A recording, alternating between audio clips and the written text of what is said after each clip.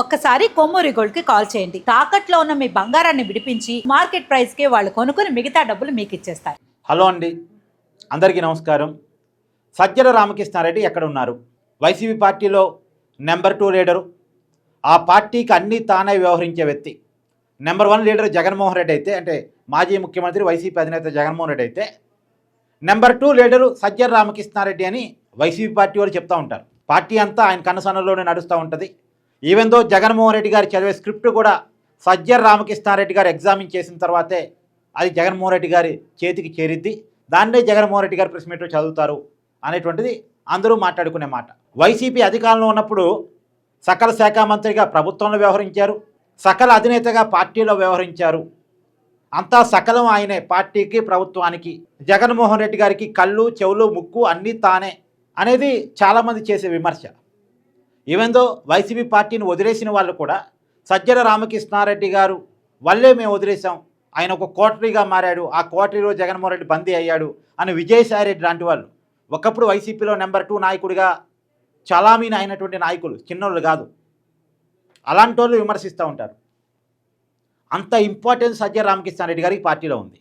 కానీ మొన్న పార్టీ ఆవిర్భావ వేడుకల్లో సజ్జల రామకృష్ణారెడ్డి కనపడలే. ఎందుకు కనపడలే మీకు గుర్తుందా?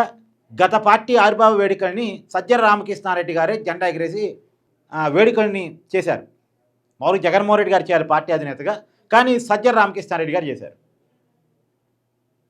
మరి అలాంటిది ఈసారి అసలు సజ్జల రామకృష్ణారెడ్డి గారు కనపడకపోవటం ఏంటి? ఏవెంతో జాతీయ పండుగలను కూడా, మామూలుగా జాతీయ పండుగలకి ఆగస్టు 15 జనవరి 26 జాతీయ జెండాలు ఎగరేస్తారు కదా, దానికి కూడా జగన్మోహన్ రెడ్డి గారు దూరం అయితే ఆ ప్లేస్లో ఉండే సజ్జల రామకృష్ణారెడ్డి గారే. మొన్న ఆగస్టు 15 నాడు జాతీయ జెండాను ఆవిష్కరించింది సజ్జల రామకృష్ణారెడ్డి. సరే, మొన్న జనవరి 26 రోజు బొత్స సత్యనారాయణ గారు ఆవిష్కరించారనుకోండి. అంటే గతంలో అనేక విమర్శలు రావటం ఫలితంగా ఈసారి కొంత పందా మార్చుకుంది వైసీపీ. అన్నీ సజ్జల రామకృష్ణారెడ్డి చేతి ఆవిష్కరిస్తే విమర్శలు వస్తున్నాయనుకున్నారు ఏమో. మొన్న మండలి విపక్ష నాయకుడు, సీనియర్ మోస్తు రాజకీయ నాయకుడు బొత్స సత్యనారాయణ గారి చేతి ఎగరేపించారు జాతీయ జెండాని. మామూలుగా అసలు పార్టీ ఆఫీసులో జాతీయ పండగ నాడు జెండా ఆవిష్కరించాల్సింది పార్టీ అధినేత జగన్మోహన్ రెడ్డి. మరి ఆయనకి దేశభక్తి లేదో, దేశం అంటే ఇష్టం లేదో, ఈ జాతీయ పండుగలు నేను గుర్తించేది ఏంది అనుకుంటున్నాడో తెలియదు. కానీ ఎందుకో ఆగస్టు 15కి జనవరి 26కి జాతీయ జెండాల ఆవిష్కరణ కార్యక్రమానికి జగన్మోహన్ రెడ్డి దూరంగా ఉంటూ వస్తున్నాడు. మరి భారతదేశ రాజ్యాంగం ప్రకారం రిజిస్టర్ అయ్యి ఒక రాజకీయ పార్టీని నడుపుకుంటున్నటువంటి జగన్మోహన్ రెడ్డి, భారత రాజ్యాంగం ప్రసాదించిన హక్కుల వల్ల రాజకీయాల్లో పదవులు పొందుతున్నటువంటి జగన్మోహన్ రెడ్డి మన దేశాన్ని గౌరవించడానికి, మన దేశ జెండాని గౌరవించడానికి ఎందుకు వెనకాడుతున్నాడు అనే దానికి ఆయన నుంచి ఖచ్చితంగా సమాధానం కావాలి భారతీయులకి. భారతదేశం అంటే ఇష్టం లేకపోతే లండన్ పోయి ఉండమనండి, ఎవడు కాదంటాడు. కానీ ఈ దేశంలో ఉంటున్నప్పుడు, ఈ గడ్డ మీద ఉంటున్నప్పుడు, ఈ గడ్డ మీద పార్టీ నడుపుతున్నప్పుడు, ఇక్కడ జనాల ఓటుతో పదవులు అనుభవిస్తున్నప్పుడు జాతీయ జెండాని ఖచ్చితంగా గౌరవించాల్సిందే.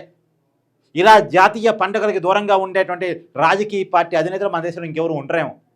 ఎవరన్నా ఒకరిద్దరు నాయకులు అనారోగ్య కారణాలతో దూరంగా ఉంటే చెప్పలేం, కానీ జనరల్గా అన్ని రాజకీయ పార్టీలు మన జెండాని గౌరవిస్తూ ఉంటే జెండా ఆవిష్కరణ కార్యక్రమానికి ఆ పార్టీల అధినేతలు హాజరవుతూ ఉంటారు, ఒక్క జగన్మోహన్ రెడ్డి మినహాయించి. సరే, అది సపరేట్ సబ్జెక్ట్, మళ్ళీ చేద్దాం. మన సబ్జెక్ట్ ఇప్పుడు సజ్జల రామకృష్ణారెడ్డి ఎక్కడ? మొన్న పార్టీ ఆవిర్భావ వేడుకల్లో ఎందుకని కనిపించలేదు? అన్నీ తానే వ్యవహరించి పార్టీ మొత్తాన్ని నడిపిస్తున్నటువంటి సజ్జల రామకృష్ణారెడ్డిని పక్కన పెట్టారా, లేదా ఆయన పక్కగా తప్పుకున్నారా? జగన్మోహన్ రెడ్డికి సజ్జల రామకృష్ణారెడ్డికి ఆయన గ్యాప్ నడుస్తుందా? కొంతమంది మాట్లాడుకునే మాట ఏంటంటే సజ్జల రామకృష్ణారెడ్డి గారు జగన్మోహన్ రెడ్డి గారి కంటే పార్టీలో ఎక్కువ అని. అదేంది, పార్టీ జగన్మోహన్ రెడ్డి అయినప్పుడు జగన్ కంటే సజ్జల రామకృష్ణారెడ్డి ఎలా ఎక్కువ అవుతారు? అంటే ఈ మాట, ఈ విమర్శకు కారణం ఏంటంటే గతంలో ఒక 2-3 విషయాల్లో జగన్మోహన్ రెడ్డికి సజ్జల రామకృష్ణారెడ్డికి మధ్య అభిప్రాయ విభేదాలు వచ్చాయి. అభిప్రాయ భేదాలే, వ్యక్తిగత విభేదాలు అన్నీ, నేను అభిప్రాయ భేదాలే. ఏంటది? అమరావతి ఇక రాజధాని ఇక్కడే ఉంటుంది, ఇక తప్పో ఒప్పో ఇక కడుతున్నారు కాబట్టి మేము దీన్ని యాక్సెప్ట్ చేస్తున్నాం అనేది సజ్జల రామకృష్ణారెడ్డి గారు ఒక మీటింగ్లో చెప్పిన మాట. జగన్మోహన్ రెడ్డి గారు కూడా అక్కడే ఇల్లు కట్టుకున్నారు, ఇక 3 రాజధానుల కాన్సెప్ట్ అనేది ఇక లేదు, మేము ఆలోచన విరమించుకున్నాం అనేది వే టు న్యూస్ కాంక్లేన్ లైవ్లో సజ్జల రామకృష్ణారెడ్డి గారు ఓపెన్గా చెప్పారు. ఇదేమి గుట్టు చప్పుడుగా చెప్పింది కదా, ఓపెన్గా చెప్పారు. అయితే అదే సజ్జల రామకృష్ణారెడ్డి గారు అది వ్యక్తిగత అభిప్రాయం అని సాక్షి ఛానల్లో, సాక్షి పేపర్లో రాసుకున్నారు. అదేంది, మరి సజ్జల రామకృష్ణారెడ్డి గారు వ్యక్తిగత అభిప్రాయాన్ని పార్టీ అభిప్రాయంగా చెప్తే పార్టీలో స్థాయి తగ్గించాలిగా. మరి ఎందుకు పార్టీ నుంచి సస్పెండ్ చేయలే, స్థాయి తగ్గిదా? ఇంకా అతను ఎందుకు ఉంచుకున్నారంటే అతను జగన్మోహన్ రెడ్డి గారి కంటే ఎక్కువ కాబట్టి అతను సస్పెండ్ చేసే పరిస్థితిలో జగన్ లేడు అని. తర్వాత కూడా గూగుల్ డేటా సెంటర్ విషయంలో మొదట్లో సజ్జల రామకృష్ణారెడ్డి గారు నడిపించిన నేరేషన్ ఒకటి, అంటే అసలు డేటా సెంటరే కాదు అది, డేటా సెంటర్లో ఏం ఉద్యోగాలు రావు, వాచ్మెన్ ఉద్యోగాలు వస్తాయేమో, దానివల్ల కరెంటు వినిమయం పెరిగిపోద్ది, కరెంటు కోతలు వస్తే వైజాగ్కి కరెంటు లేకుండా పోద్ది, వాటర్ మొత్తం డేటా సెంటర్ తాగేసిద్ది, వైజాగ్కి వాటర్ కష్టాలు వస్తాయి అని ఇలాంటి ఏదో పుకార్లు షికార్లు చేపించారు పుట్టిచ్చేసి. వైసీపీ నాయకుల చేత, మాజీ ఐటీ శాఖ మంత్రి గుడివాడ అమర్నాథ్ చేత, అలాంటి వాళ్ళ చేత స్క్రిప్ట్ ఇచ్చి ప్రెస్ మీట్ పెట్టించారు.